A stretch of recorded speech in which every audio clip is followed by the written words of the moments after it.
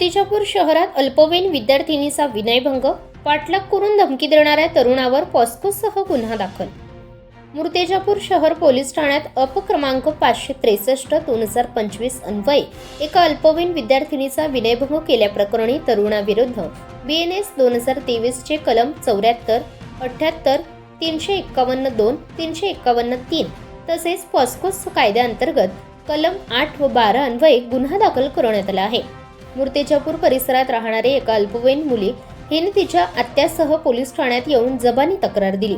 मिळालेल्या माहितीनुसार दिनांक 12 डिसेंबर 2025 रोजी सकाळी सुमारे 9:15 सुमारास फिर्यादी कॉलेजला जात असताना शेख सोनू शेख राजे, वय वर्ष अंदाजे 19, राहणार रहमतनगर, जुनी वस्ती, मूर्तिजापूर यांनी तिचा पाठलाग करत विनयभंग करण्याच्या उद्देशाने तिचा हात पकडला व मोबाईलवर तिचे फोटो काढले. फिर्यादीने आरडाओरडा केल्यावर आरोपीने तिला, जर याबाबत कोणाला सांगितले तर तुझे आई वडील व भावाला जीवे मारून टाकेन आणि तुझा फोटो व्हायरल करेन अशी गंभीर धमकी दिल्याने तक्रारीत नमूद केले आहे. या घटनेची माहिती फिर्यादीने आज आपल्या आई वडिलांना दिल्यानंतर 18 डिसेंबर 2025 रोजी रात्री 11:45 सुमारास पोलीस ठाण्यात तक्रार दाखल करण्यात आली.